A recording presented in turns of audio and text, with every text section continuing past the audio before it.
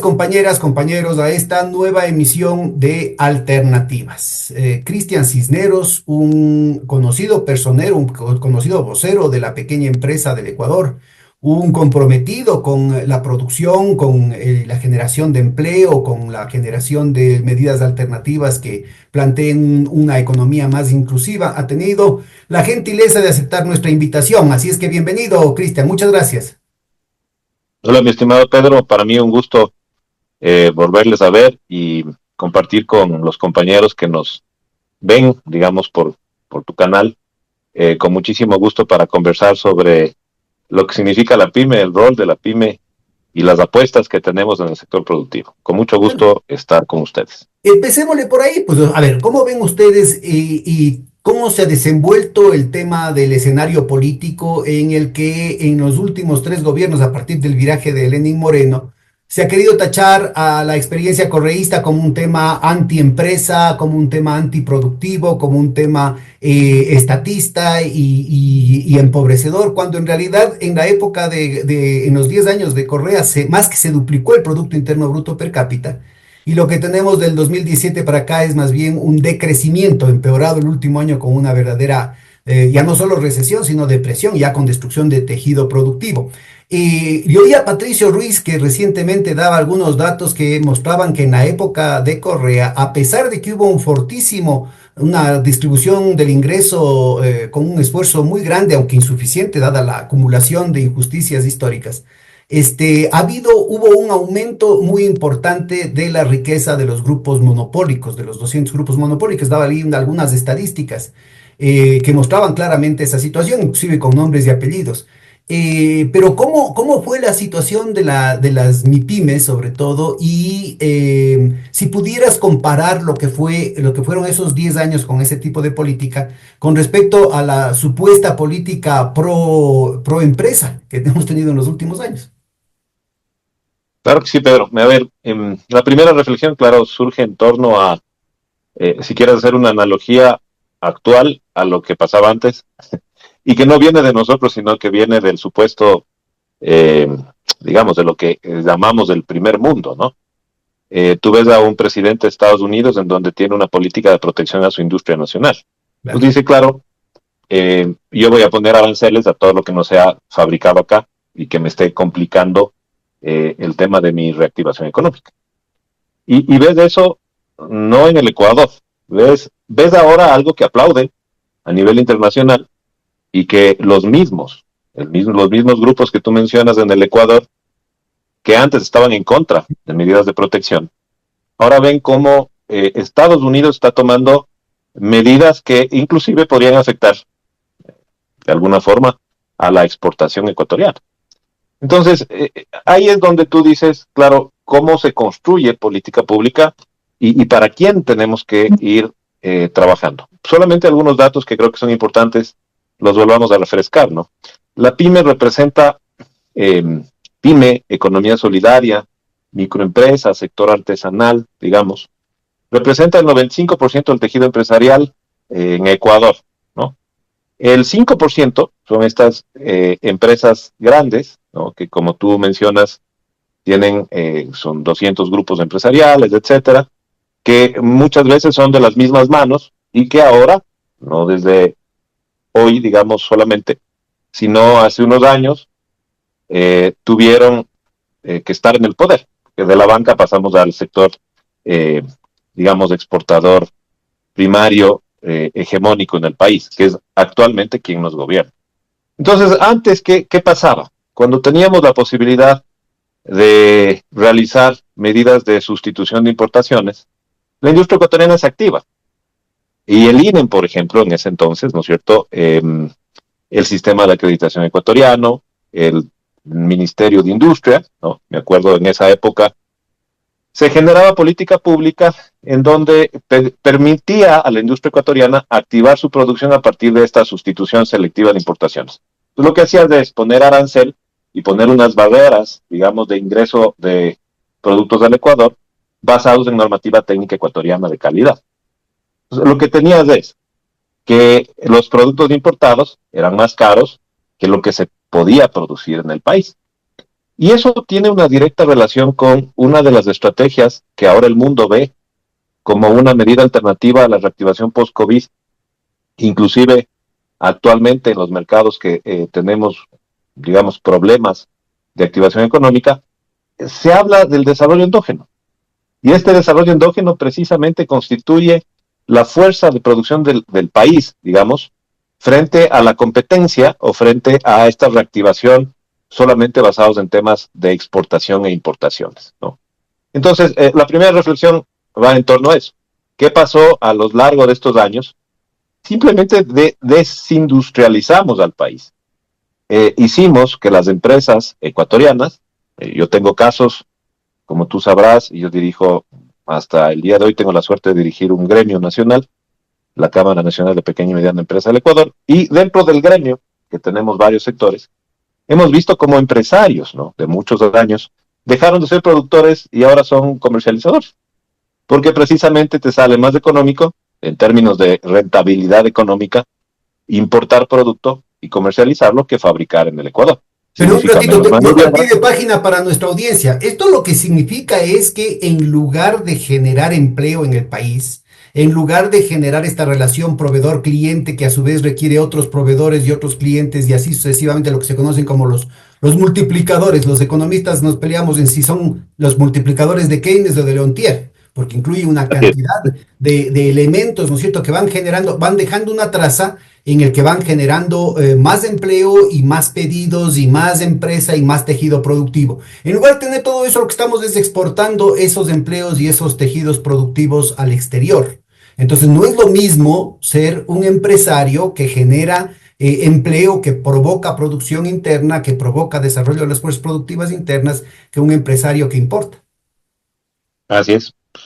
Y no solamente no es lo mismo, sino que, eh, a ver, disminuyes el empleo, ¿no es cierto? Tú lo que haces es achicar el tamaño de tu empresa, porque evidentemente si antes necesitabas 10, 20, 30, 50 empleados para producir, el momento que tú importas y que reemplazas esa mano de obra, vas a necesitar generar menos empleo.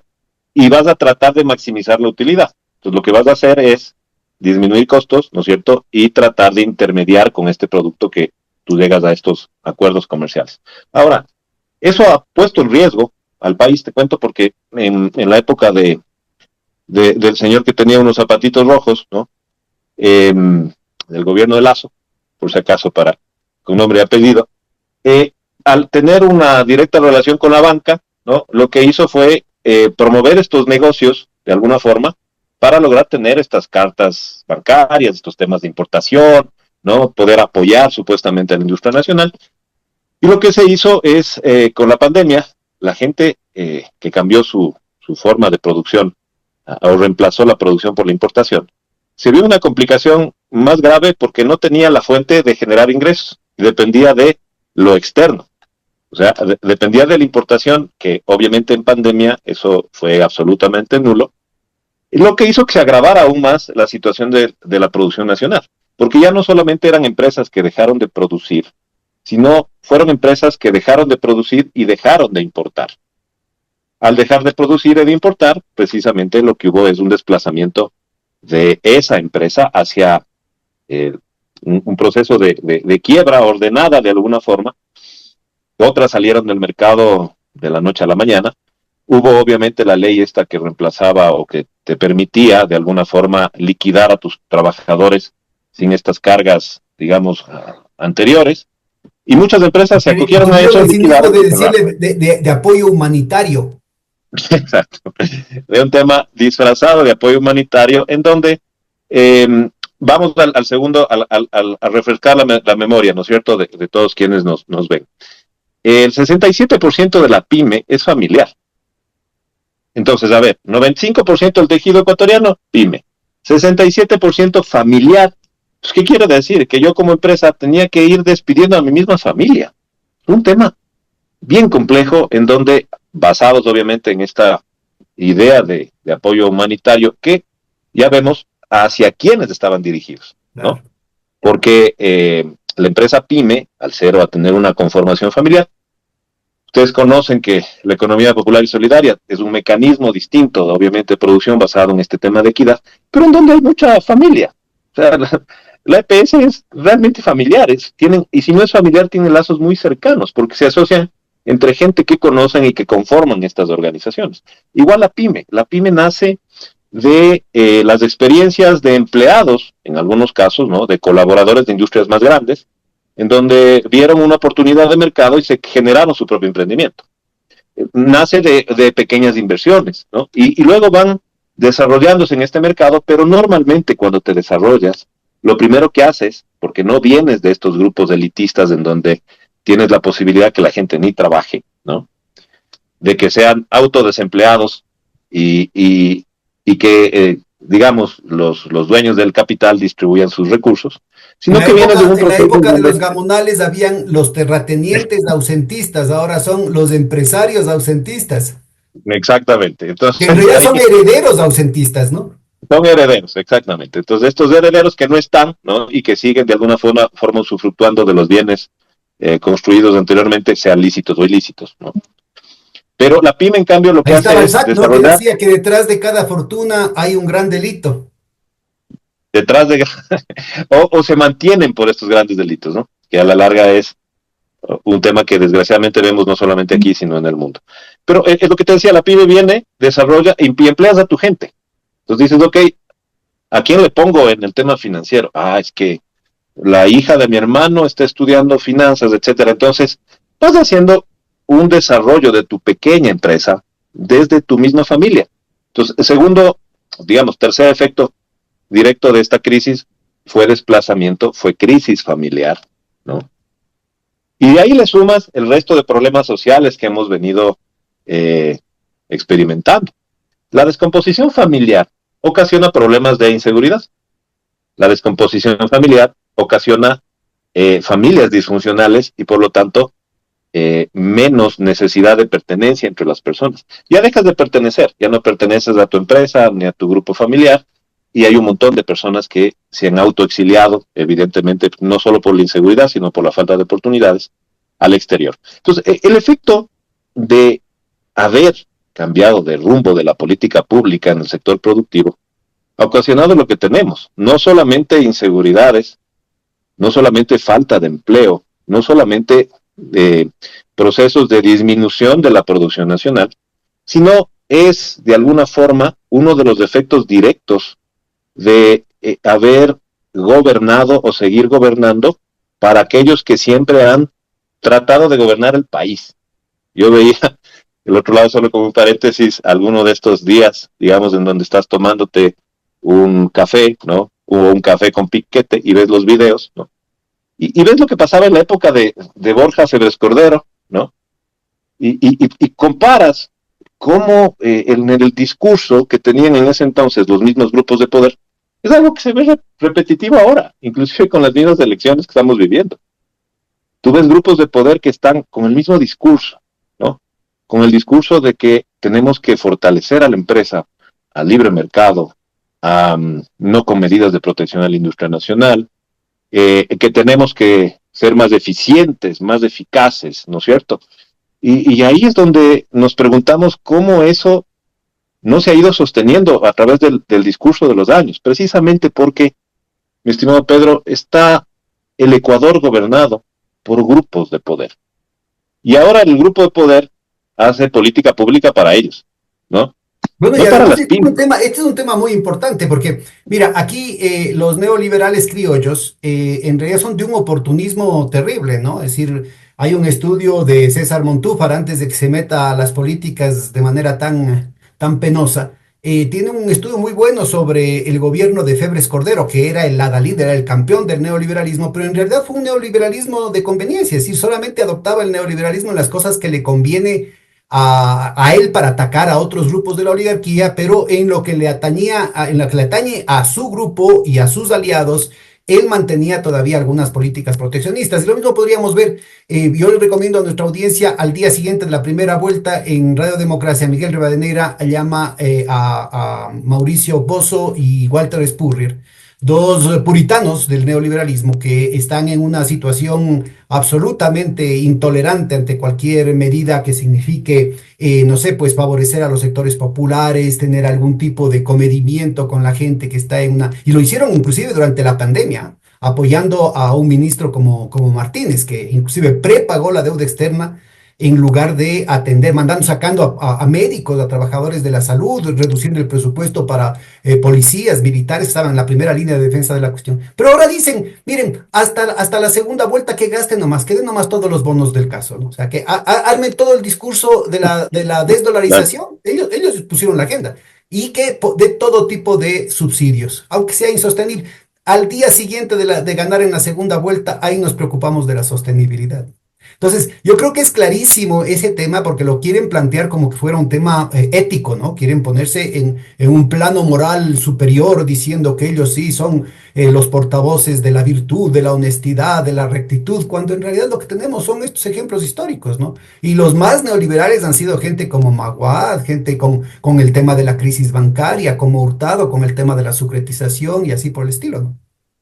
Totalmente, y no solo eso, sino que te aprovechas de alguna forma desde el poder de aquellas personas que dicen, ok, a mí el gobierno no me ha dado nada, entonces ahora me va a dar algo y yo comprometeré mi voto por eso, ¿no? Una. Dos, claro, las medidas de los bonos, por supuesto que es un tema social eh, que tiene su lógica y su proceso, pero no en manos de quienes criticaban esto desde el primer momento y no desde quienes piensan absolutamente que estas dádivas, ¿no? ¿Te acuerdas que lo que decían del bono de desarrollo humano, que hay que enseñarles a pescar, ¿no? Y no darles pescando. Entonces, claro, este bono de desarrollo humano que de alguna forma ayuda a solventar los gastos mínimos de una pobreza extrema que desgraciadamente se ha incrementado en el país. Entonces, ahí sí te conviertes del lado neoliberalista puritano, en donde dices, claro, enseñémosles a pescar. Y ahora vemos como una práctica común, porque tratas de alguna forma de incidir en ese porcentaje de la gente que tiene desesperanza en todo, desgraciadamente, que le ha robado cada vez más la esperanza y que ha venido desgastándose en los últimos gobiernos. Es importantísimo en esto el sentimiento empresarial, ¿no? Cuando nosotros preguntamos a nuestros empresarios cómo les va, créeme que ninguno de los que me acuerdo, grandes, pequeños y medianos, tanto de la economía solidaria, del sector artesanal, ninguno menciona que le va mejor. Siempre el empresario, el ser humano, el ecuatoriano, creo, en eso somos muy propositivos, reactivos, resilientes, siempre creemos que nos va a ir mejor. Pero en realidad, cuando les preguntas cómo le ha ido, ¿no? Ninguno dice que le ha ido mejor. Y esa es una reacción lógica de todo lo que hemos venido viviendo, ¿no? Por un lado, como te decía, no solamente la restricción, digamos, de este aparato productivo en función de la importación de nuevos productos, del desplazamiento de la mano de obra, también la falta política de crédito. Teníamos un gobierno que representaba la banca, en donde nunca tuvieron la gentileza de pensar en el país y de bajar las tasas de interés. Este es un tema muy complejo porque, mi estimado Pedro, después de la pandemia, ¿no? Viene una época más complicada todavía para las pymes porque dejas de pagar IES, por ejemplo, dejaste de pagar SRI, ¿no? Entonces te conviertes en un moroso más, en donde ya no puedes tener ni siquiera acceso a crédito ni público ni privado. Entonces se incrementa la gente que no puede tener acceso. Y la gente que tiene acceso ve cómo las tasas de interés nunca se dieron a la baja. Pero ese es un Mientras el punto, a ver, stock yo creo que ese es financiero, un punto muy importante, verás, porque vos dices, a ver, a la pequeña empresa le plantean una situación sin salida ante una cuestión de fuerza mayor como fue la pandemia, y con el asunto del SRI, con el asunto de los pagos al IES, ¿no? Que debería, en lugar de entorpecerse la cuestión, tendría que hacerse un programa de rehabilitación, de reestructuración de deudas que permita, incluyendo inyecciones de capital fresco, el reactivar el tejido productivo, generar empleo y que esa dinámica, pues, por sí mismo vaya generando los recursos que permitan hacer sostenible esa deuda. Pero por otro lado tenemos evidencia tan brutal, tan cínica, tan descarada que ya llega a la obscenidad como el hecho de que las empresas de la familia del presidente de la República y el propio presidente, la familia más cercana, debe 94 millones de dólares al SRI. Y el clan Noboa, que incluye Pronovis, que incluyen otras empresas del grupo de la familia Noboa, son más de 150 millones de dólares. Y el dato que le dicen, ¿y se va a cobrar? El otro dice no. Pero el punto es que ellos siguen participando en los contratos del Estado, pues. ¿Cómo es que a ellos no les hacen ningún problema? La última vez que chequeé, el IES había, primero ubiquémonos, en la época de Moreno, justo en agosto del 2018, Moreno hace una condonación de moras y de intereses por 4.600 millones de dólares que estaban debiendo en firme, o sea, que las grandes empresas estaban debiendo en firme. Ya había una parte pequeña que es lo que hacían la promoción de los más pequeños, pero en realidad era una bicoca respecto a las grandes empresas, incluyendo las mineras, incluyendo los bancos, incluyendo las petroleras. Y, y habían 2.600 millones que estaban debiendo al IES. Y esto es un tema muy delicado porque incluía el hecho de que habían retenciones que habían hecho los empresarios a sus trabajadores y que no las habían pasado al IES. Bueno, todo eso supuestamente hicieron una exoneración, o sea, muy regalonamente con la plata ajena, ¿no es cierto? Entregaron esa plata, pero al final no aumentó la recaudación, que era el supuesto propósito del asunto, ¿no? A diferencia de otras remisiones de tributarias, ¿no es cierto? En este caso fue un regalo sin retorno para el IES, o sea, no es que para el IES y el SRI. Pero resulta ser que al cabo de pocos años vuelve a suceder lo mismo y hay nuevamente una acumulación de deudas asimismo de miles de millones de dólares, tanto para el SRI como del IES, y no les da la gana de cobrar. Si no dan ninguna alternativa para los pequeños y medianos empresarios, que debería ser el tema de vamos a generar un crédito y ese crédito vamos a incorporar, vamos a consolidar todas las deudas de una manera que sea sostenible, vamos a dar un periodo de gracia y con eso garantizamos la recaudación en el mediano plazo, ¿no es cierto? Aquí no. Es decir, es esperar que la cosa se vuelva una bomba para los más pequeños, que quiebren las empresas, y los más grandes simplemente dicen, no me da la gana. Entonces, ese es un aspecto. Y el otro, lo que ya mencioné, ¿cómo es que estas empresas siguen teniendo contratos con el Estado? ¿Cómo es que se pueden seguir operando? ¿Cómo es que pueden seguir teniendo préstamos si están incumpliendo la ley? Pues, ¿cómo es que le cae, no es cierto, la ley del embudo al más chiquito y los más grandes hacen lo que les da la gana? Cuéntame, ¿cómo se ve esa situación? Lo que pasa es que, claro, tienes la argolla, digamos, por en un lado, por el lado de en donde tú generas política pública para, de alguna forma, estas leyes o este tema de alivio financiero, y por el otro lado controlas el tema de la compra pública. Entonces dices, ok, voy a poner un candado acá y no quito el candado del destino, digamos, de dónde puedo comprar o puedo adquirir bienes desde el Estado. Y generas, digamos, esta política pública en función de lo que pasa a los panas. Entonces tú vas a una reunión con las autoridades de turno y les dices, el un pana, ¿no?, que tiene una industria muy grande, el otro pana que tiene otra industria más grande todavía, y dices, mira, necesito, esto me está pasando con el SRI y con el IES. Entonces generan política pública en estas mesas de diálogo, dicen, ok, entonces mandemos un tema de remisión de multas de interés. Fin.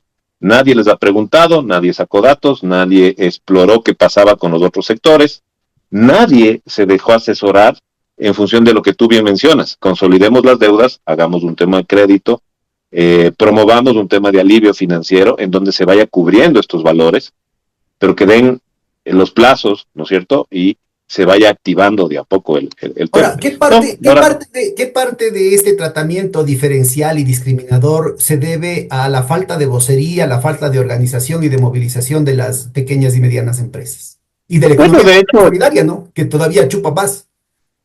o sea, de hecho es tan complejo el tema porque nosotros como gremio, ¿no es cierto?, hemos querido interactuar en varios espacios, ¿no? Eh, han logrado, digamos, a uno de nuestros gremios en Pichincha, por ejemplo, darle una cierta vocería porque estaba a favor de unas políticas y funciona el tema bastante mal en el sentido de que, claro, no les dejemos hablar a estos compañeros de la Cámara Nacional porque ellos están identificados, ¿no? Tienen una identificación ideológica y política. Entonces, claro, eh, que eso no es cierto, mi estimado Pedro. Quizás eso es importante destacar a quienes nos escuchan. Nosotros en el gremio tenemos gente que piensa absolutamente distinto, que tiene una tendencia política que no tiene, que lo que fuere, pero lo que hacemos como gremio es construir política pública a favor del sector. Bueno, yo y te hago una ponernos de acuerdo. invitación pública a ti, a las compañeras, compañeros que quieran presentar esas exposiciones y más aún si es que hay con datos, con cifras, con casos concretos, Por con supuesto. problemas concretos, soluciones concretas en este modesto espacio, ¿no? Está abierta la invitación y estoy a sus órdenes. Gracias, Pedro. No, no, por supuesto que lo vamos a tomar muy en cuenta, porque efectivamente nosotros como gremio, no te olvides, siempre decimos lo mismo, estábamos en la época del señor Moreno y fuimos parte de este Consejo Consultivo Productivo y Tributario, ¿no? Él dijo, vamos a hacer este tema de política pública. Te cuento un poco los datos, ¿no? Cuenta. Los representantes del sector productivo, hicimos un trabajo muy bonito a nivel nacional, tuvimos en 19 provincias casi más de 100 mesas de diálogo, más de 300 propuestas. Fue algo muy bonito con el sector productivo, con diversas organizaciones. Luego de eso, lo que pasó es que nuestro amigo Martínez, ministro, ahí estaba representando al sector productivo, digamos, eh, de las empresas más grandes. Luego tienes de ministro a Ontaneda, que también estuvo en las mesas de diálogo, ¿no? Y luego tienes a nuestro amigo que también fue ministro, representante de esta industria de huevos, que se me fue el nombre al momento. Y tienes también a los representantes de Economía Solidaria que fueron ministros o viceministros en la época actual. Entonces, ¿qué quiere decir esto, Como por Pedro? ejemplo, ¿quién? Me parece que la representante de la Economía Solidaria, doña Lucía Calderón, estuvo de viceministra. Oye, porque Eh, a la final lo que se convirtió eso fue en una pantalla, en una justificación para las políticas de asalto al país, ¿no? Desgraciadamente fue un tema de un diálogo que estuvo bien logrado, digamos, porque te cuento que nosotros estuvimos ahí en estos temas, no podría decirlo menos, pero de las 300 propuestas ninguna sirvió, ninguna la pararon bola, fue un tema precisamente lo que tú dices, y cuando hubo estos movimientos, pues la gente se colocó, ¿no? Bueno, mira, Y yo te se invito a colocó. hacer una nueva sesión con representantes de otros sectores también, en el que hagamos una actualización de esas 300 propuestas, pues. Por supuesto, nosotros tenemos la información, como te digo, y fue construido a nivel de la grande, de la pequeña, de la mediana industria, de los sectores productivos, de los sectores sociales, de la economía solidaria, el sector artesanal. Y ahí tienes una base que es importante. Nosotros la decimos siempre a los candidatos a las dignidades. Vean, no nos inventemos el tema, porque aquí tenemos ya una base importante, actualicemos lo que fuere, pero hay unas propuestas maravillosas para poner a consideración de la generación de política pública. Entonces, ¿qué pasó ahí? Y eso vamos, ¿no? La gente asumió el poder como que fueran de ellos y ya se distorsionó los diálogos. Entonces, cuando tú tratas de retomar, y eso vamos al nivel de vocería, en este gobierno, lo que haces es, con un poco de desesperanza quizás, es replegarte, ¿no? Porque una de las estrategias precisamente es el tratar de replegarte, ¿no? Para no confrontarte, eh, y lograr tratar de incidir más bien en estos movimientos a pequeña escala. Nosotros eso hacemos con nuestro movimiento gremial, tratamos y trabajamos con ellos en política pública, estamos en permanente contacto, pero vamos desde la base, ¿no? Y ahora vemos eso como una posibilidad real de cambio en la política pública. O sea, estamos más que seguros que esta estrategia ya ha calzado y se ha permeabilizado, digamos, entre los sectores productivos. Y ya vemos digamos, con alguna esperanza, quizás por el país, que antes los que defendían una política de esta depredatoria, ¿no es cierto?, a nivel de importaciones, de no producción nacional, ahora van cambiando y han cambiado ya su discurso y Ahora, están pero aceptando cuando vos que hablas hay de una... sectores productivos, a mí me mareas al menos, porque a la final estamos hablando en gran parte quienes asumen la vocería, se arrogan la vocería de los supuestos sectores productivos, como el ex ministro Martínez, ¿no es cierto? No creo que no hayan tenido ningún esfuerzo productivo en toda su vida. Entonces, cuando Nada, hablas de eso, estás hablando de las grandes empresas, dices que se están alejando de las políticas neoliberales, para así ponerlo en es. cristiano. En contexto es quienes pensaban que, digamos, que esa era una solución para el país, ahora están viendo de alguna forma. ¿Por qué? Porque ya ha habido, digamos, en prueba y error. No está funcionando bien lo que se ha venido trabajando a lo largo de estos años en el país. Es decir, ya ven cómo inclusive sus grandes empresas no han desarrollado, cómo existe falta de crédito, cómo no se activa la producción. Pero Pues dicen, Cristian, claro, yo algo no veo funciona mal. cómo pudieron haberse sorprendido si ese fue el resultado de los 25 años previos de neoliberalismo. Pues, o sea, a partir de la conveniente desaparición del presidente Roldós, tuvieron carta blanca para empezar a aplicar, claro, lo hicieron gradualmente, pero sin descanso, ¿no es cierto?, políticas cada vez más neoliberales, con el proceso que mencionabas al principio de desindustrialización, de destrucción de tejido productivo, de reducción y prácticamente un suicidio del mercado interno, ¿no?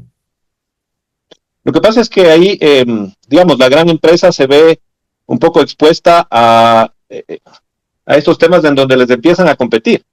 Entonces, te hablo, por ejemplo, retail, ¿no es cierto? Que antes no estaban acostumbrados a que les compita nadie. Ahora vienen cadenas y les van compitiendo. Entonces, claro, ahora sí dicen, no, pues el tema de protección de la industria nacional, el tema de que el libre mercado no funciona, sino que tenemos que tener, porque están topando sus propios intereses.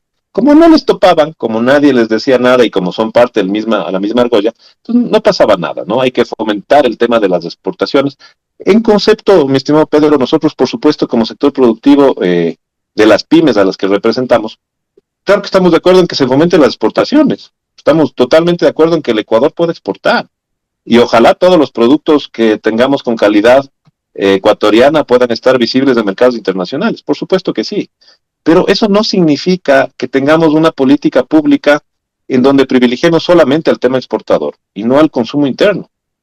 Porque al disminuir el consumo interno, evidentemente no estamos generando circulante en la economía nacional y estamos dependiendo de que ingrese más circulante, cuando inclusive hemos eliminado la barrera del ISD, en donde ya ya los recursos se iban o se Para van nuestra audiencia, el directamente ISD es el impuesto a la salida de divisas. El impuesto a la salida de divisas se supone que era un mecanismo para detener la fuga de capitales y para desincentivar las importaciones, es decir, todos los mecanismos que hacen que salgan los dólares.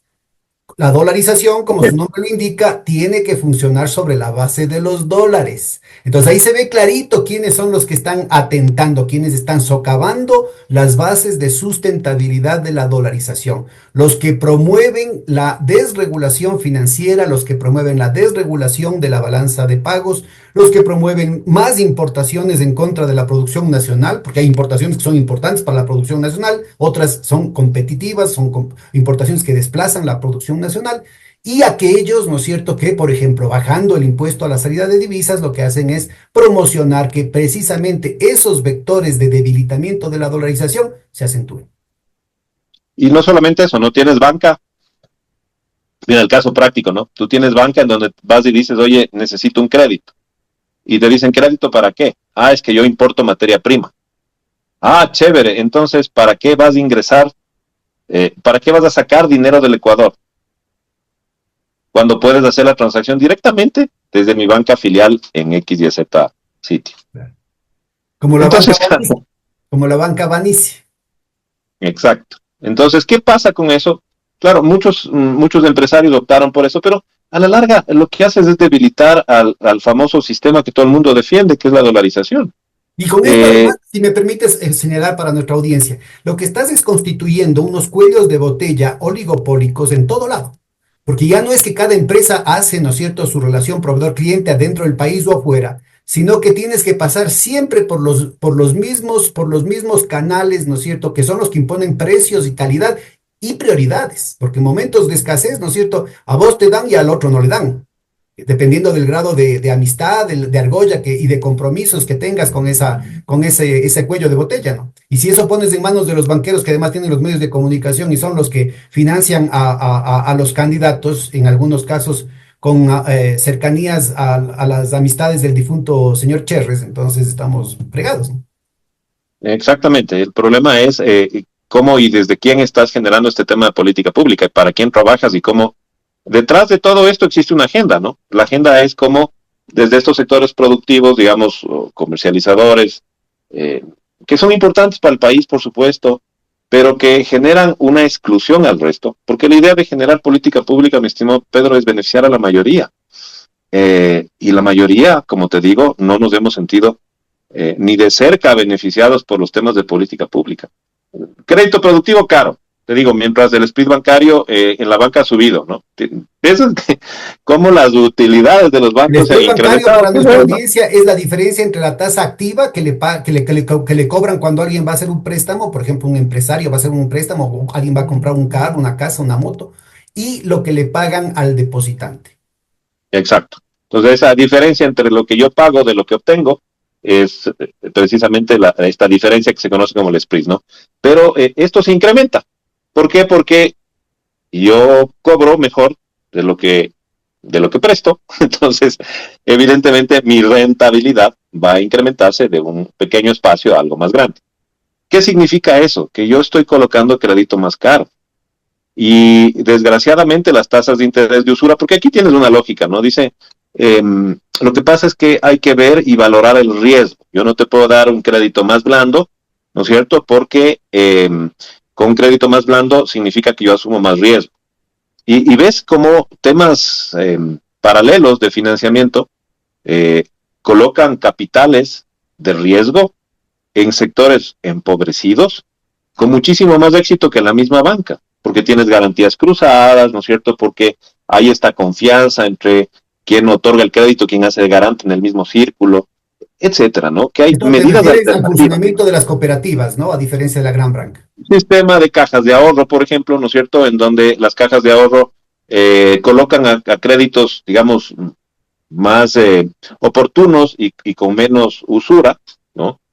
Que al mismo sistema bancario.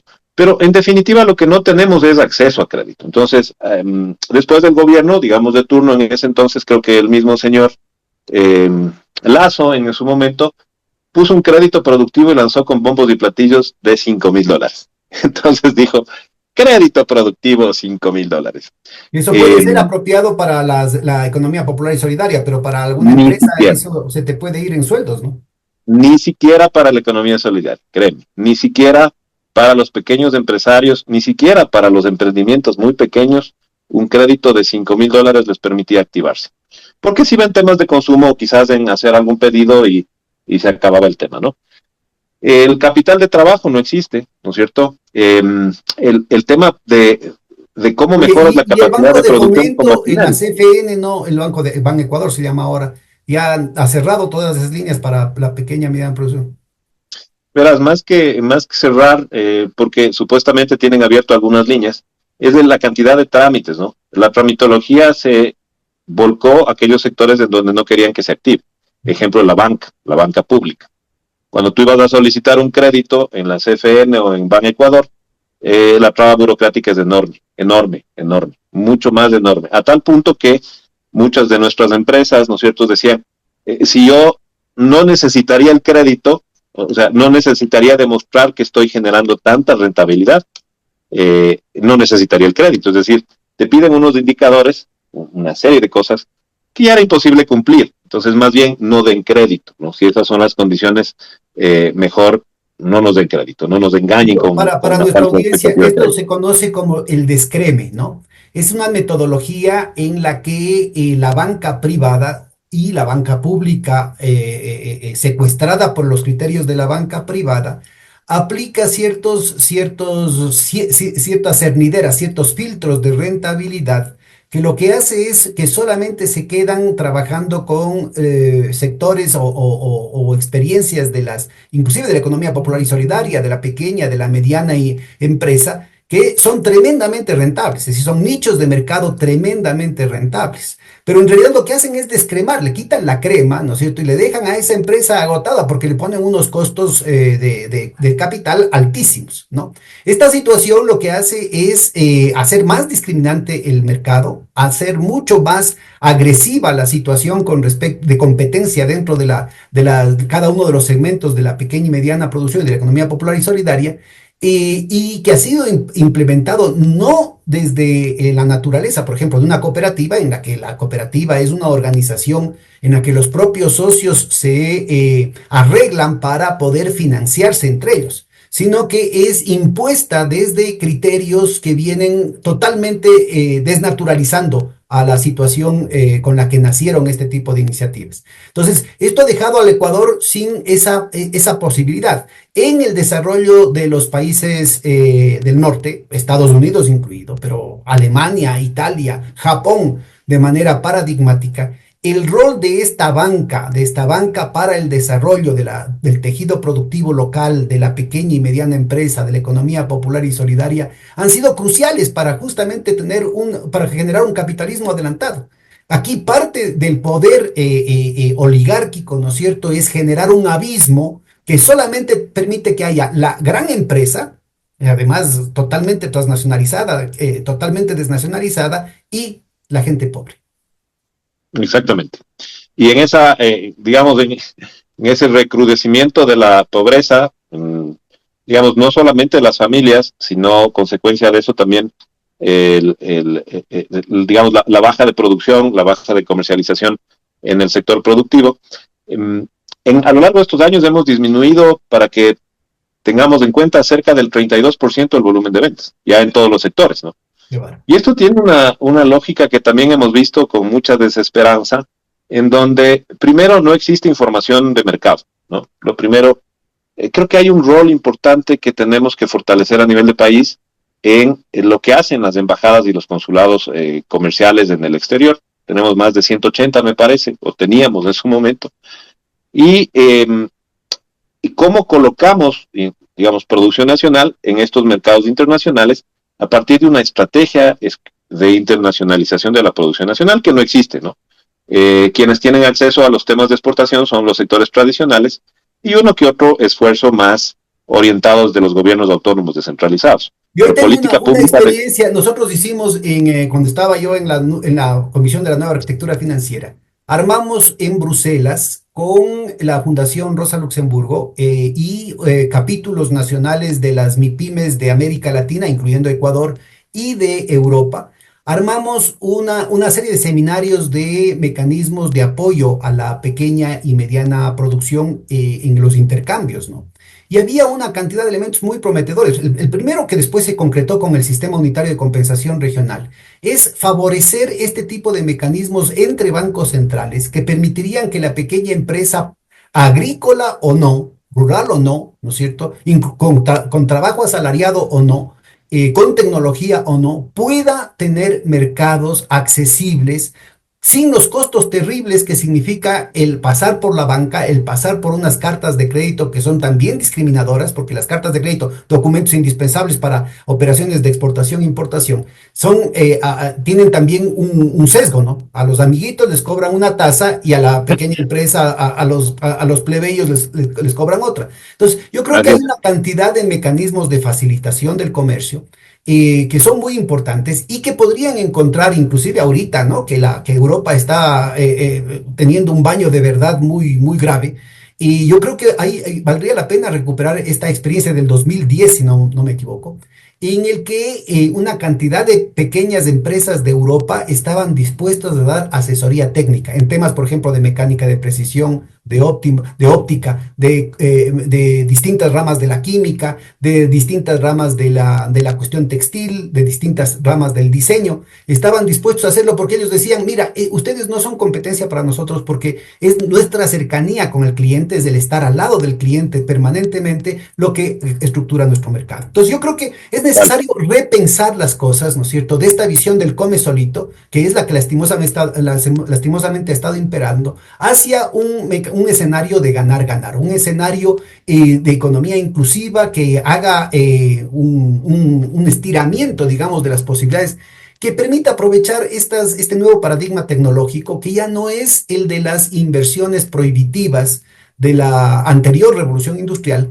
sino que ahora permite una economía flexible, de costo marginal cuasi cero, en el que más bien abre las puertas para especializaciones en cierta parte del, digamos, aguas abajo de la cadena de valor, pero con mecanismos de cooperación. Por ejemplo, en el tema del financiamiento, el tema de ver cómo se podía, en el tema de la tecnología, en el tema de cierto tipo de maquinaria que podría ser común o podría tener un servicios inclusive apoyados por el Estado, Y lo otro, ¿no es cierto?, permitir que la creatividad de la gente pueda irse abriendo espacios en determinados nichos, en determinadas innovaciones, en determinado tipo de especializaciones.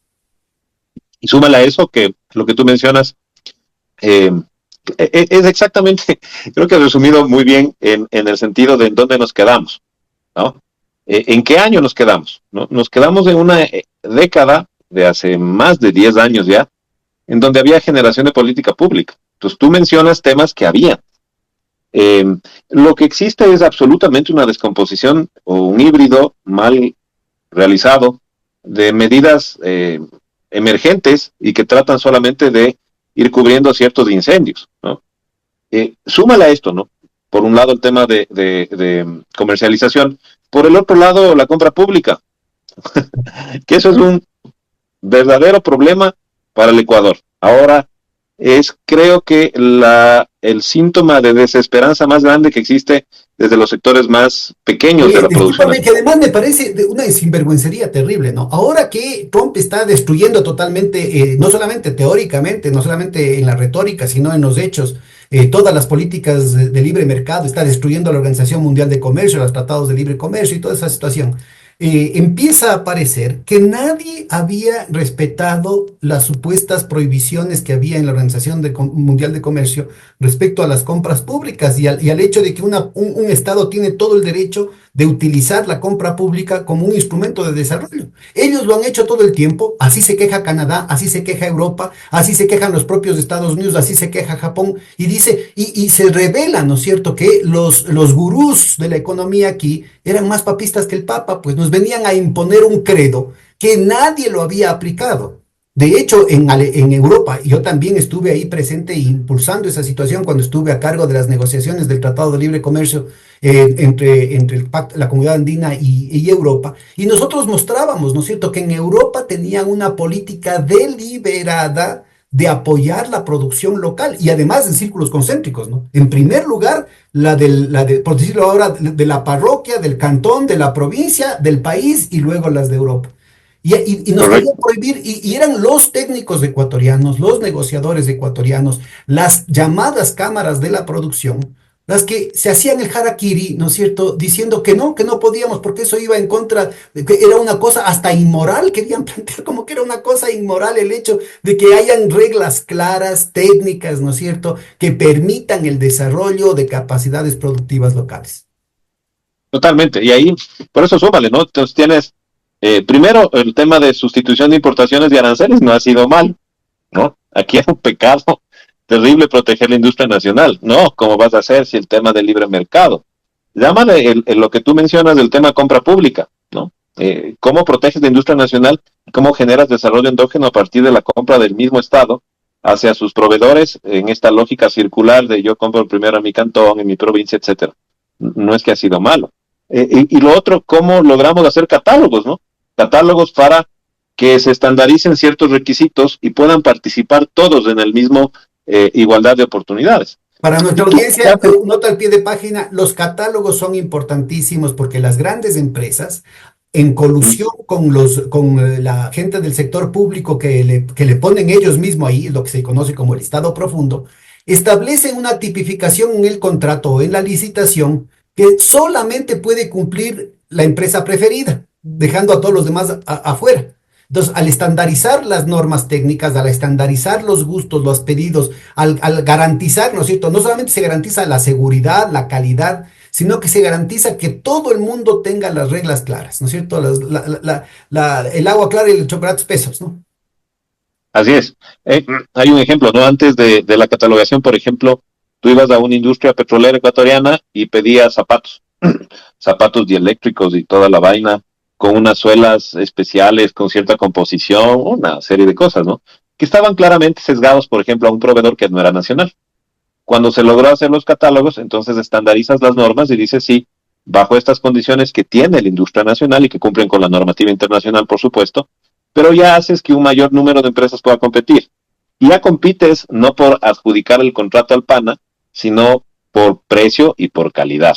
Entonces, estos catálogos hicieron que la industria ecuatoriana pueda activarse y que se vea un tema que ahora Ese fue un desgraciadamente no esfuerzo funciona así. enorme del CERCOP, ¿no? Hicieron un trabajo Sí, sí, técnico, porque además era una cuestión multidisciplinaria, ahí había que incorporar temas de salud humana, temas ergóticos para los trabajadores, temas ambientales, temas de la legislación internacional, temas de la legislación nacional, temas de duración, temas de resistencia, temas de riesgo, es decir, una cuestión verdaderamente, verdaderamente digamos, muy especializada que por un lado obligaba a la producción nacional a elevarse. Era un desafío enorme para la producción el tener, el poder alcanzar esos estándares, el poder superarse a sí mismo, ¿no es cierto?, para poder estar a la altura de las circunstancias. Pero también, como menciona ahorita Cristian, lo que me parece que es crucial es evitar el que se establezcan estos emposamientos del poder de mercado, pongámosle así.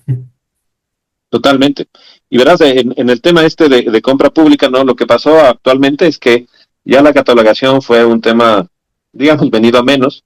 No les interesa, obviamente, si no tienen el control de cómo lograr incidir entre el comprador y más allá de la herramienta como herramienta, que ha habido 50 actualizaciones.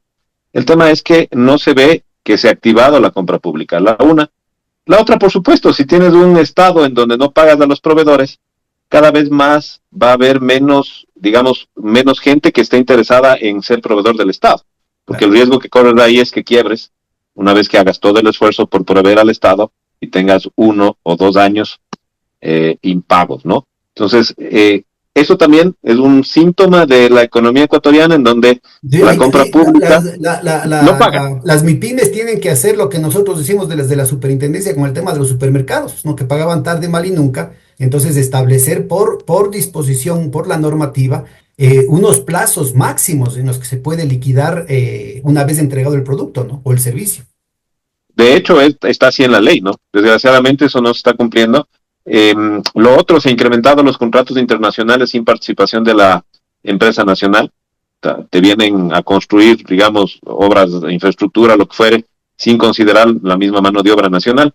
Entonces, claro, esto sigue desplazando posibilidades de empleo, sigue perjudicando a este tejido empresarial, no logras activar la economía. Y luego vamos a lo que tú bien conoces también, otro de los efectos de la inclusión de las pymes en los supermercados. A la larga me acuerdo cuando trabajábamos contigo mismo en el tema de buenas prácticas comerciales. Claro, la intención era que existe una vitrina de la producción nacional que esté incorporada en los puntos donde tú puedes acceder a las ventas, ¿no? Y para esto, ¿qué pasó a lo largo del camino? Se generaron un grupo, ¿no? Un grupo también de panas. Estos grupos de panas ponen las reglas, supuestamente les apoya, etcétera, etcétera. Y a la larga te diste cuenta de que ese era un sistema excluyente, porque por más que querías tratarlo a nivel de ley e incidir, muy poca gente logró tener unos resultados importantes en su volumen de venta. Es porque no estabas dentro del mismo círculo, ¿no? No, pero Y en la porque no época estabas que dentro del mismo la círculo, superintendencia estuvo activa allí, eso fue un recorrido por los cantones y las provincias, ¿no? así es, así Directamente. es. Se hizo un barrido y fuiste a incorporar los temas. Ahora, claro, ellos ya tienen un grupo de preselección. O Lo que sea, pasó es que después lastimosamente hubo todo un cambio en la superintendencia y eso se vino a menos, ¿no? No, dejó de haber el control, dejó de haber la promoción. Porque no, y un de aspecto hecho, importantísimo es ubicar que esto de aquí es parte de la promoción de la competencia, ¿no? Incluyendo esto y lo de la Supertienda Ecuador, es decir, el hecho de que tengas, lo que conversamos hace un momentito, mecanismos facilitadores del comercio, como por ejemplo esta plataforma informática parecida al mercadolibre.com, a eBay y a estas otras plataformas, pero diseñadas desde el interés de la pequeña producción, desde el interés de la economía popular y solidaria de la pequeña y mediana empresa. así es. Y eso te digo, son iniciativas que quedaron en el pasado, ¿no es cierto? Que quedaron estancadas. Tú mencionas el año, ¿no es cierto? Desde el 2010, 2014, 2016, ¿no es cierto? Donde habían estas propuestas. Ahí nos quedamos. O sea, mi estimado Pedro, desgraciadamente ese ha sido una de las reacciones que hemos visto ya desde el sector productivo. Hemos tratado de incidir con el gobierno de turno en temas que mejoren la política pública, ¿no? Hemos hablado, por ejemplo, del tema de capacitación, ¿no? Pero también hay el Del tema de tema. que guagua que no llora no mama, hermano. Ah, por supuesto. Y Entonces, hemos si no llorado nos mucho. organizamos y defendemos lo poco que se conquista, puchicas. Es bien complejo, ¿no? Ahí, no, en eso entendemos eh, cómo funcionan los grupos de poder, porque a la larga lo que haces es poner a un interlocutor en los ministerios que simplemente no te tomen en cuenta o te, digamos, te excluyan de los temas de decisión, O ¿no? que te tengan Y ahí entretenido conversando en las mesas de diálogo. eso, o que te hagan dialogar y dialogar y dialogar, ¿no? Entonces, precisamente para eso nosotros hemos ya actualmente diseñado una propuesta en donde lo que consideramos es generar un espacio precisamente de articulación de política pública. A ver, el ejemplo claro es, catalogación electrónica y dinámica funcionó en el servicio de compra pública. ¿Por qué funcionó? Porque había un aparato estatal importante, porque había profesionales técnicamente muy buenos, pero porque había una interlocución con el sector productivo. Entonces, ahí hubo un tema de una Profesionales que después sinergia en han sido donde, perseguidos con la cuestión del lawfare, ¿no? Han sido, pero implacablemente perseguidos con saña. así es, desgraciadamente ya sabemos por dónde va, porque a la larga esos intereses, si es que los repartes al mayor número de empresas, vas a repartir, digamos, la torta, buscando una equidad en donde no estás concentrando en pocas manos. Entonces, por eso, obviamente, lo que tienes que hacer es perseguir este tipo de iniciativas.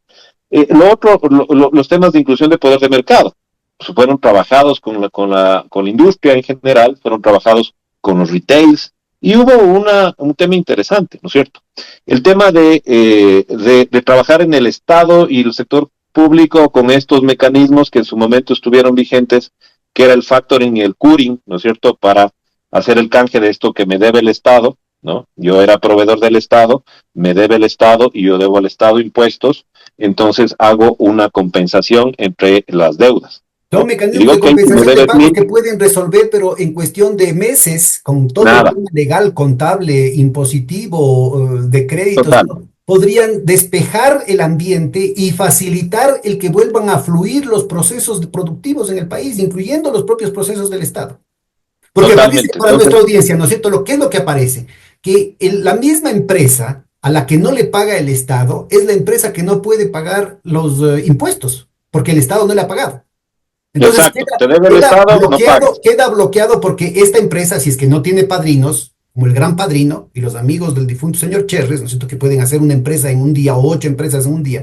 Entonces, la que no tiene padrino, ¿no es cierto?, se queda como paria, ¿no es cierto?, se queda tachada por el hecho de que no ha pagado los impuestos, pero también se queda bloqueada porque no recibe la liquidez, no recibe los pagos. Entonces, además Así tiene es, que endeudarse en otros lados para poder cubrir el hueco de lo que ya gastó. Entonces, si el momento que se hace una matriz, esto me debes y esto me deben, esto debo yo, ¿no es cierto? Se netea y simplemente se liquida las diferencias, pues el ahorro para el Estado es enorme y al final, ¿no es cierto? Las empresas van a poder rehabilitarse inmediatamente para nuevas concesiones, para nuevas licitaciones, para nuevos procesos productivos, pero también para pedir créditos, para pedir totalmente. créditos en el Claro, sector es que privado, quedas en las moroso porque no cooperativas. tienes crédito, quedas moroso porque no pagas del SRI, entonces no tienes crédito. Después, no te paga el Estado, entonces tampoco puedes pagar tus impuestos, cuando es un tema de cruce de cuentas. Entonces, esto funcionó. Ahora, como te decía, ¿qué es lo que nosotros consideramos que debe funcionar en esta nueva etapa? ¿No? Em, Primero, ahora se han inventado en los ministerios de un tema que se llama cuarto aparte. Me parece una cosa, desde mi punto de vista, hasta degradante para quienes participan en el cuarto aparte, que por cierto nosotros nos hemos excusado de participar.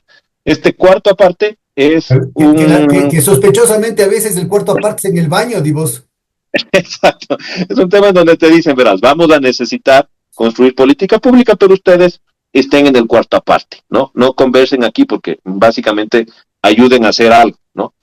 Esa forma que tú le ves hasta un tema colonialista, es decir, ustedes vean, guaguitos, ¿no? Vayan y hablen entre ustedes, mientras aquí los patrones estamos hablando entre nosotros.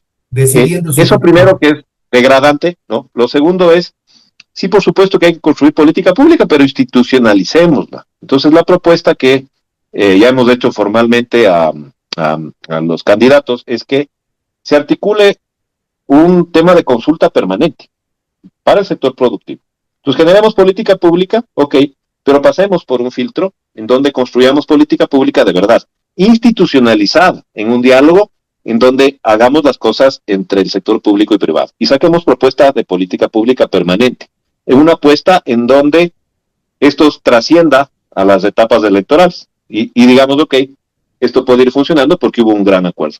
Ejemplos tenemos a nivel de Latinoamérica, ejemplos tenemos a nivel del mundo, en donde la construcción de política pública basada en estos diálogos sí ha funcionado y permanece, ¿no? Y lo otro que estamos a la expectativa es, le hemos apadrinado a nuestro colega, digamos, asambleísta, a Héctor Rodríguez, en el tema de enfocarnos en la ley de pymes, porque en el país tienes ley artesanal, sí, por supuesto.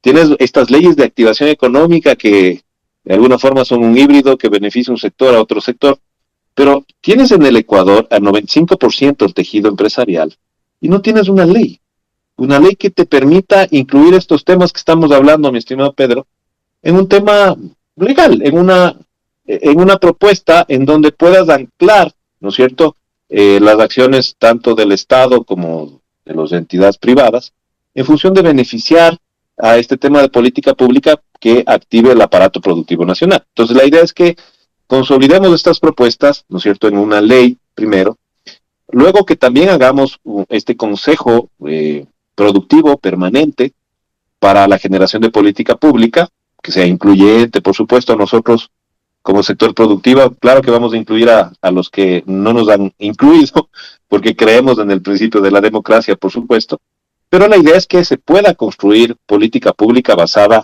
no solamente en percepciones, sino en datos, ¿no? Y que estos datos nos permita al gobierno generar mejores propuestas, ¿no? Un gobierno con reformas, un gobierno que privilegie la sustitución de importaciones, un gobierno que trabaje en temas de encadenamientos, ¿no?, productivos. Mira, este tema de encadenamientos productivos nos ha funcionado bien, en el sentido de generar consorcios, por ejemplo, de exportación, en donde esté incluido toda la cadena de valor de un determinado producto o servicio. Sí empresas grandes, sí empresas pequeñas, sí actores de la economía popular y solidaria, en una suerte de generar un acuerdo solamente para temas de exportación. Entonces, Y esto precisamente, esto esto no que está ya ha funcionando. tenido una experiencia en el tema del comercio exterior, también se lo puede hacer para el comercio interno, incluyendo para licitaciones Por supuesto. estatales, para los supermercados, o sea, articular todos los elementos con la plataforma de Supertienda Ecuador que tienen en la superintendencia ahora que se llama de competencia y que no la tienen habilitada, ¿no? Porque No justamente tiene. fue desarrollada por los técnicos de la superintendencia después de toda la experiencia que teníamos en torno a las fallas de mercado, digamos, o los vicios del mercado en contra de la pequeña y mediana producción. Entonces, es hecha con todas las aplicaciones, primero que es gratis, segundo que es hecho con todas las aplicaciones a disposición de la gente, tomando en cuenta los problemas de la gente, muy amigable. Y tercero es el hecho de que ya tuvimos experiencias, es decir, muy concretas en las que se hicieron, ¿no es Por cierto?, supuesto. promoción de la competencia, promoción del mercado, pero un mercado inclusivo, no un mercado discriminador, no un mercado oligárquico como es el que lastimosamente impera en el país, ¿no? No, y ahora, verás, lo que tú mencionas del tema de las plataformas, ahora estamos invadidos, ¿no es cierto?, de una serie de plataformas que lo que te están haciendo, y ahora sí la gente está preocupada, ¿no? Eh, no los pequeños y medianos empresarios, sino los grandes empresarios, porque evidentemente a partir de la importación, sobre todo de productos chinos, está disminuyendo la capacidad de consumo del mercado nacional, ¿no? Claro. Y es un tema que no está regulado y que todo el mundo lo está haciendo, porque a la larga el costo, digamos, para la economía ecuatoriana va a ser menor. Pero es precisamente porque no tienes activo un canal de producción nacional, ni tienes cómo que el consumidor final prefiera la calidad nacional porque no la conoce. O sea, Claro, entonces, aquí este es vamos. un punto fundamental. A ver, yo creo que es importante ubicar que es una nueva tecnología y como toda tecnología tiene sus pros y sus contras, tiene sus luces y sus sombras, tiene aspectos que benefician y aspectos que perjudican. Hay ganadores y perdedores. Pero si dejamos que sean otros los que hagan el programa, si dejamos que sean otros los que dominen el mercado, pues los perdedores vamos a ser siempre nosotros. Entonces, mira, ahorita la competencia que están haciendo los chinos está destruyendo lo que había sido, lo que inclusive Varoufakis llama el tecnofeudalismo, ¿no? O sea, son plataformas que operan como verdaderas reediciones del poder feudal inclusive sobre el gran capital. Y muchas de estas empresas están quebrando, ¿no? Airbnb está en problemas, Amazon está en un serio proceso de reestructuración de nichos de mercado porque Temu, por ejemplo, les ha desplazado de otros. Totalmente. Hay un problema con respecto a lo de Uber, ¿no es cierto? Entonces, yo insisto, aquí no es irse en contra de la tecnología, sino al contrario, poder utilizar la tecnología a favor de la gente. Ahora, una de las ventajas que teníamos, porque hay este sesgo de instalación, ¿no? Si una vez que ya está instalado una cosa, el tema típico de las máquinas de escribir, el QWERTY que te dice. Entonces, es bien difícil salirse de la práctica que hicieron en algún momento los gringos, con qué criterio sería de poner en la primera fila, en la de más arriba, Q, W, E, R, T, y etcétera. ¿No? Entonces, esta situación nos ubica ante una cuestión en la que te va formateando el mercado. O sea, una tecnología, el rato que se instala, te va formateando el mercado. Si la tecnología es una tecnología transnacional que favorece el oligopolio, que favorece el monopolio, que favorece la especulación, que favorece un proceso de la ley del embudo, pues, ¿no? Que se queda el trabajador, el que verdaderamente está, por ejemplo, manejando el taxi, el que verdaderamente está trabajando para mantener el departamento o las habitaciones habilitadas, ¿no es cierto? El productor en última instancia, lo mismo que sucede con el intermediario en el caso agrícola, ¿no? Que ha sido una plaga durante siglos en el caso del Ecuador. Se lo aplica ahora con lo mejor de las tecnologías. Entonces hay que dar la vuelta a eso, ¿no es cierto? Y hacer tecnologías que favorezcan la producción nacional y que permitan el desarrollo, apropiadas al tejido productivo. En ese sentido, recordemos que esto de aquí lo hicimos en el 2015, 2016, ¿no? Estábamos muy adelantados a la época, pero se convierte en un elemento de promoción del mercado fundamental. Porque a veces creemos que el único mercado posible es el mercado que conocemos, el mercado oligárquico, discriminador, destructor de iniciativas privadas, verdaderos molinos de carne, ¿no? Claro, cuando hay un tema económico de mercado que tú dices que no está visibilizado, pero que genera transacciones diarias importantes, ¿no? Y que está más concentrado en estos, digamos, entre cantones mismo, entre puntos de comercialización, en algunos temas que también no están controlados, como el tema de contrabandos, ¿no? Pero que a la larga lo que hace es generarte esta posibilidad de intercambio comercial.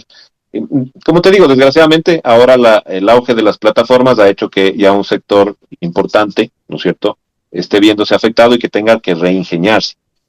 Nosotros como pymes estamos en Lo eso que todo es el tiempo. tomar el toro por los cuernos, hermano, y enfrentar, porque es un desafío que no va a Así es, desaparecer. Es decir, puede así desaparecer es. una empresa y puede desaparecer temporalmente la amenaza por alguna política específica, pero estas tecnologías llegaron para quedarse.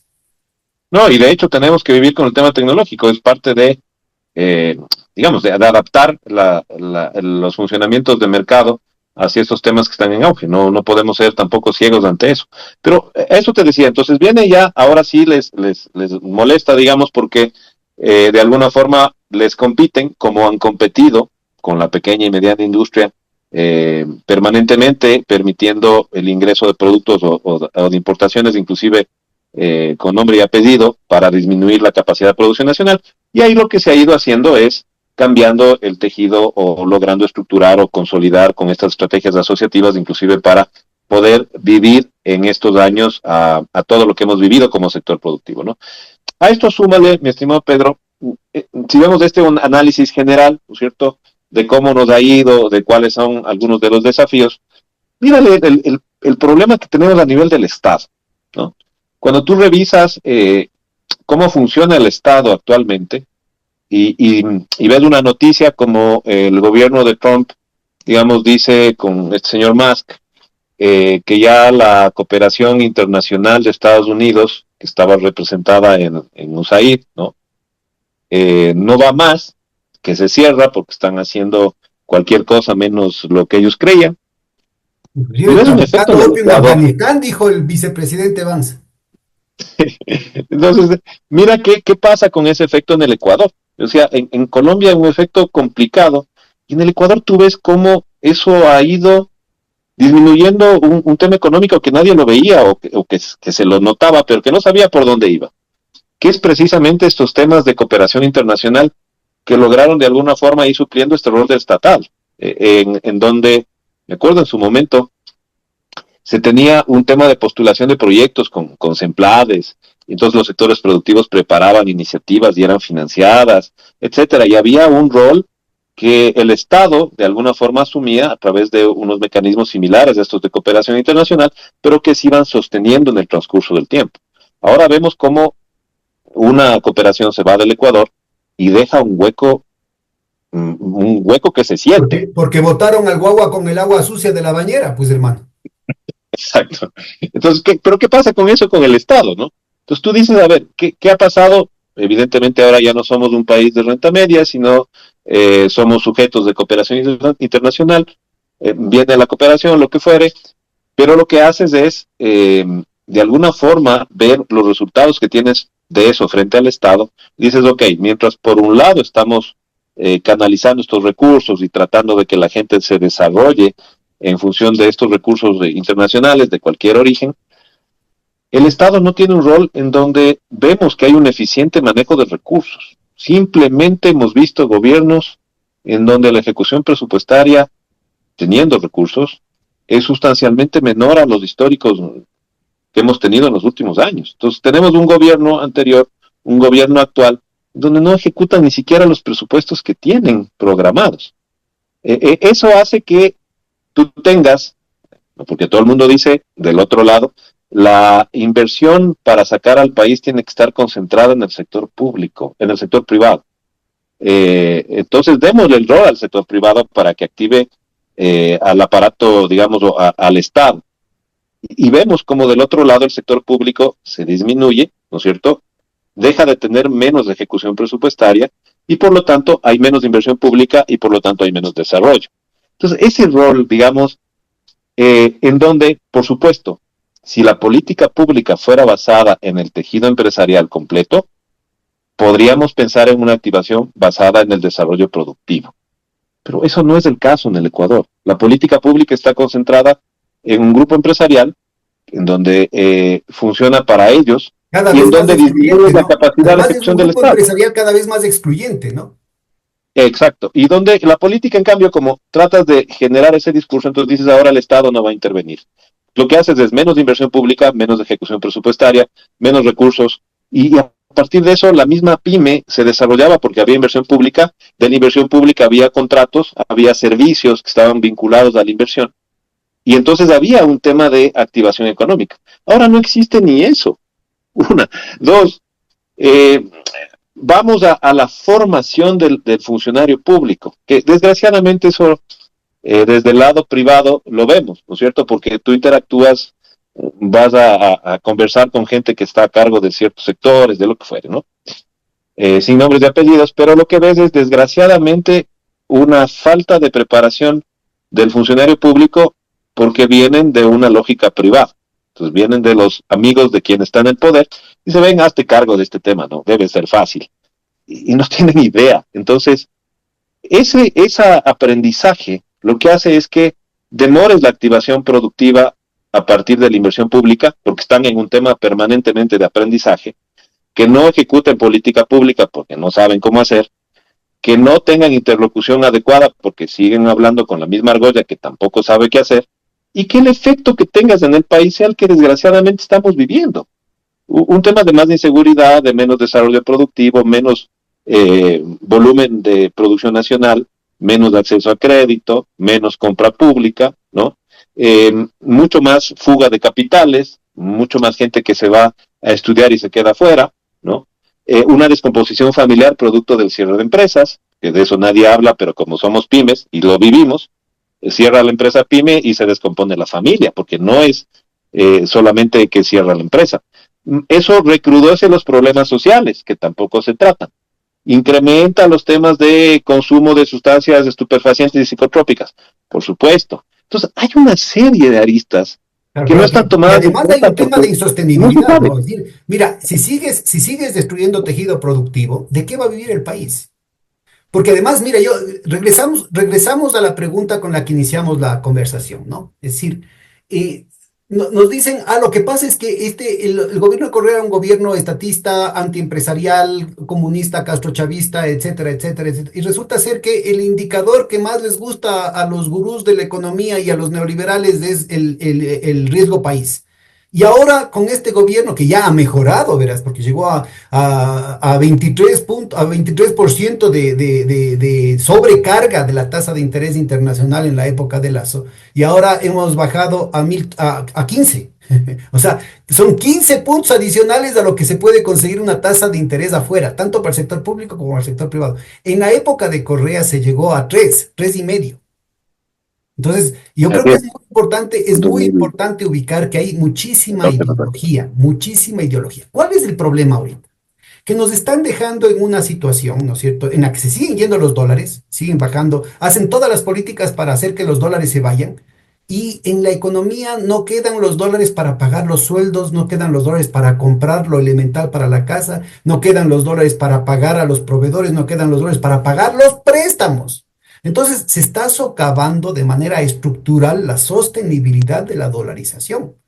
No es posible que el país siga viviendo solamente de las importaciones, porque además de esta política, con las políticas neoliberales, ¿no es cierto?, se mata el mercado interno, pero también ahora empiezan a matar el mercado externo, como se vio en el caso del propio presidente Noboa, que yéndose en contra de lo que hizo el abuelito, ¿no es cierto?, atacó al mercado, uno de los mercados más dinámicos que ha tenido el país, que es el mercado ruso y sus adláteres con la payasada esa de la supuesta chatarra del armamento soviético, ¿no? Que además todavía no se ha aclarado, porque ese es un activo del Estado que no podía darse de baja si es que no hay un informe que diga en efecto este Proceso. activo puede darse de baja. El otro iba a regalar cosas ajenas.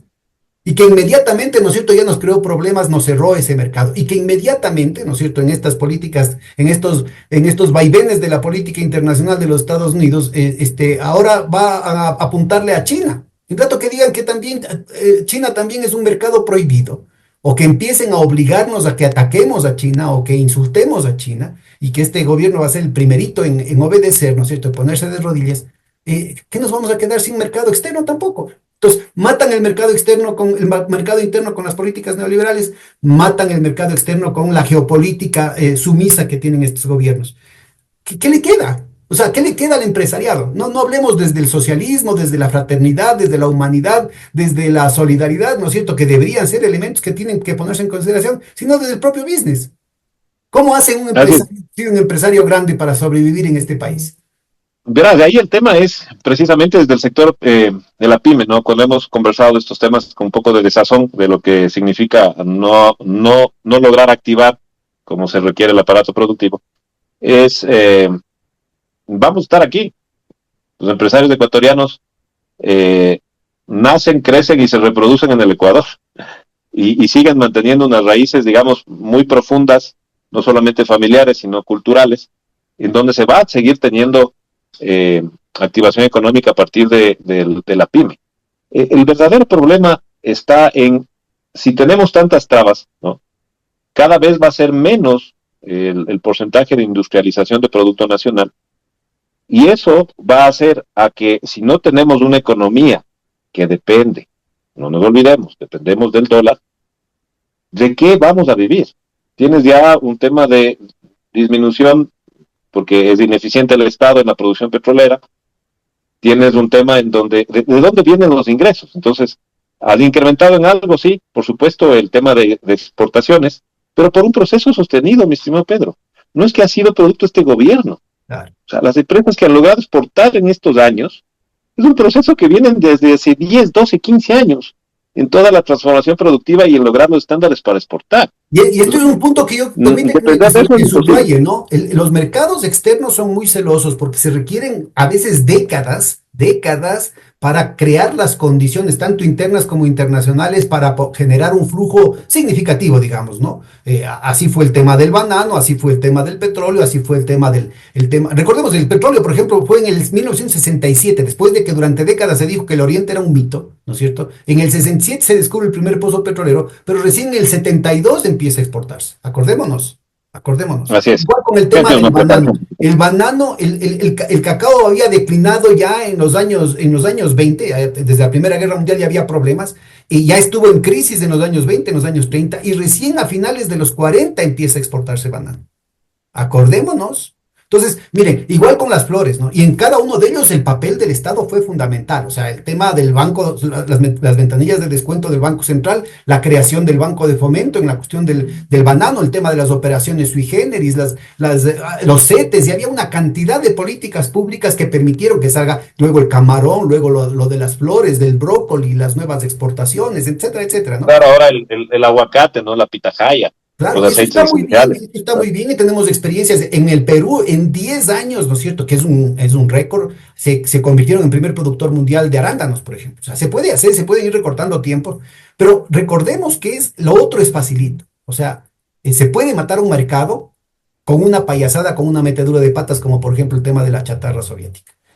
En un ratito se puede matar el mercado chino, en un ratito se puede matar el mercado del Medio Oriente, en un ratito se puede matar el mercado europeo. Por eso es fundamental el garantizar políticas sensatas de largo plazo, políticas de Estado en lo que tiene que ver con las relaciones internacionales. No se puede jugar como gorila con navaja, ¿no es cierto?, en este tipo de cosas. No, y habla del otro lado también, ¿no es cierto?, del tema de los acuerdos de libre comercio, ¿no? En qué beneficia y en qué no han beneficiado a la industria ecuatoriana? ¿Qué se ha tratado, por ejemplo, los acuerdos comerciales con China? ¿En qué estado está en realidad esas conversaciones? ¿Qué va a pasar? Yo les decía simplemente, ¿no?, al sector productivo, eh, al que vemos que se desarrolla esta política pública, ellos ni nadie puede competir con China, ¿no? Ni Imposible. los gringos están pudiendo, pues, hermano. Ni Estados Unidos, o sea, nadie puede competir, ¿no? Vea, Entonces, al claro, Musk el que estabas momento, mencionándole vos con el Tesla, le han dado tiro, cancha y bola. Y no saben qué hacerse ahora. Entonces tienen que exacto, declarar entonces, un no, tema de seguridad nacional y amenazar con armas nucleares, con guerra arancelaria, con guerra cambiaria, que les van a sitiar, les empiezan a armar el tema de Taiwán, ¿no es cierto?, para ver si les logran parar. Pero tienen que prohibir, o sea, con la pistola en la 100, ¿no es cierto?, tienen que obligarle a que cambie el concesionario del canal de Panamá, de los puertos, ni siquiera del canal, sino de los puertos del claro, canal. Tienen para que que controles obligar por con ahí. pistola en la cabeza el tema de que no entre 5G, de que no entre 6G, o sea, y nos van dejando en un rezago tecnológico brutal, pues. Así es, y es precisamente por eso, ¿no? Ves aquí el tema de los vehículos, cómo ha cambiado, ¿no? La industria que antes hacía algo la empresa, la industria carrocera, mi estimado Pedro, Claro, ecuatoriana de Tungurahua. claro. Pero Mira el también, efecto directo verás, con eso. inclusive las transnacionales, déjeme que ahora que ya se va a mí me contaron, a mí me hicieron pasear por la planta, ¿no es cierto?, para discutir estos temas. Y ellos decían, vean, nosotros hicimos, esto de aquí es tecnología nuestra, nosotros, la parte más difícil en la cuestión de de la automatización del chasis, ¿no es cierto?, era el asunto de que se necesitaba una robótica de muchísima precisión para garantizar que estén alineados exactamente los Las puntos partes, de los tornillos. Entonces dice, esto lo hicimos, hicimos que haya un servomecanismo que garantice el que se pueda dar la vuelta al chasis, ¿no es cierto?, porque es una cosa pesada, entonces eso no hay que ir en términos humanos, además de la salud del trabajador, pero la parte de precisión le toca al trabajador y con eso nosotros somos mucho más eficientes, hemos ahorrado costos y hemos garantizado más eficiencia que las plantas, no solamente en Brasil, sino las plantas en Estados Unidos y en Europa. Entonces, mira, estas cosas, totalmente. porque nos quieren acomplejar, ¿no? Diciendo, es que los ecuatorianos jamás vamos a poder. Y nosotros, los ecuatorianos, del rato que nos ponemos las pilas, podemos en cualquier lado. Y ese ejemplo de eso es los ecuatorianos que están en todas partes del mundo, ¿no es cierto?, triunfando en su área. Y cuando tú vas, por ejemplo, y vale el ejemplo ahí que las señoras, ¿no? Van y compran en algunas cadenas comerciales zapatos Made in Brasil, ¿no? Porque claro, duran más, son más chéveres, tienen un mejor diseño y son hechos en Ambato. Entonces tú dices, claro, el consumidor prefiere porque tiene una imagen, digamos, colectiva formada a partir de la calidad, pero en realidad la industria nacional sí tiene capacidad de producción Es un y tiene bombardeo calidad. ideológico terrible, pero también a los empresarios, mano, les tienen comidos el cuento. O sea, lo que vos me estás contando son de algunos empresarios lúcidos, porque buena parte de ese 95% de las empresas han plegado ideológicamente de una manera absolutamente ciega a ese modelo neoliberal que los está matando. Así es. Lo que pasa es que tienes que reflejarte en algo a lo que puedas tener esa ósmosis, ¿no? Y yo algún rato conversaba con un sector productivo, exportador, y tú veías, mi estimado Pedro, cómo discutían en la mesa de diálogo y decían, oye, te compraste el nuevo reloj, ¿no? Que tienes 50 o 60 funciones, lo que fuere, o tienes el nuevo Porsche Cayenne, y lo que hacía el empresario es al rato siguiente también quererse homologar a ese interés. Entonces tenías el mismo reloj o tenías la misma suerte, digamos, de comprarte un auto como esa marca, siendo cualquier otra, ¿no? ¿Pero por qué? Porque vives en esa especie de ósmosis en donde te comparas, en donde Claro, el el efecto tema de la del amor comparación. propio, Para nuestra audiencia, sobre todo los más jóvenes, que creen que es una cosa que son, así son los jóvenes, así son los de la nueva generación. Esto de aquí lo relata el Jorge Casa en el Chullo de Romero y Flores, es el Chullo de Romero y Flores del siglo XXI nomás. Es un así es, reciclaje exacto. barato. Y eso, ¿sabes por qué también va? Porque ahí creo que es un esfuerzo que hay que hacer como Estado ecuatoriano. Es por un tema de formación. O sea, lo primero que haces, ¿no? Como padre de familia, dices, claro, a tus hijos tienes que eh, formarles en donde mejor puedan. Entonces, normalmente haces todo un tema de formación, les haces ver experiencias, etcétera, pero no les das la posibilidad de la comparación, del discernimiento de lo que significa valorar las cosas, digamos, inclusive en temas de formación académica. Y ahí es donde vienen estos Sobre todo temas sin esta que tú carga que ves. yo sí creo, porque es el Chuya Romero y Flores acomplejado, pues hermano, mucho más acomplejado. Es decir, yo creo que es fundamental el que la gente esté preparada y entre en lo mejor de la tecnología, en lo mejor de la Por cultura supuesto. mundial. Eso tiene que estar y que no solamente está en Occidente, ¿ah? Eso es muy importante. Hay que ubicar esas tradiciones en el plano tecnológico, en el plano filosófico, en el plano espiritual, en todos los planos, en el plano cultural, en fin. Pero hacerlo desde una posición de dignidad, de una posición de afirmación propia, ¿no es cierto? Y esa afirmación implica el derecho a la diferencia y el derecho a la prosperidad, pues a la identidad. A la identidad es crecerse a sí mismo, ¿no? Superarse a sí mismo. Y en ese sentido, uno de los puntos fundamentales ha sido esto que se ha mencionado y quisiera que converses estos últimos minutitos sobre el tema de la tecnología. Ibas a hablar de la cuestión de la automotriz de Ambato, cómo se frustró ese proyecto, ¿no? No, y mira, ahí te decía, ¿no? En el tema de Tungurahua, claro, antes hacías, abastecías de este tema carrocero a la industria que tenías en el Ecuador, entonces tenías algo, hacías del ensamblaje, etcétera. Y ahora ves cómo eso cada vez es menos frecuente, porque ya viene todo armado. Te vienen barcos y tú armas aquí, haces a lo sumo un proceso de ensamblaje y de servicio postventa, pero ya no tienes nada de servicio en realidad de transformación.